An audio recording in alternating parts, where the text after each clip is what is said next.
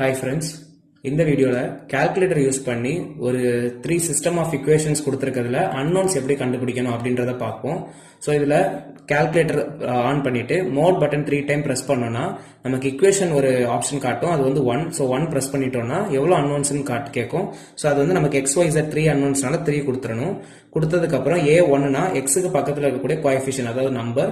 So அது 27 press பண்ணிட்டு equal to press பண்ணா போதும். ஸோ அந்த மாதிரி ஒய்யோட கோஎஃபிஷியன்ட் இசட்டோட கோஎஃபிஷியன்ட் ஈக்குவல் டு அந்த பக்கம் இருக்கிறத கொடுக்கணும். ஸோ நெக்ஸ்ட் 6 இருக்கு ஈக்குவல் டு -1 ஈக்குவல் டு 85 கொடுத்ததுக்கு அப்புறம் A2 காட்டும். ஸோ அது நெக்ஸ்ட் ஈக்குவேஷன்ல இருக்கக்கூடிய அதே மாதிரி கோஎஃபிஷியன்ட் 1 1 54 110 அது அதே மாதிரி கொடுக்கணும்.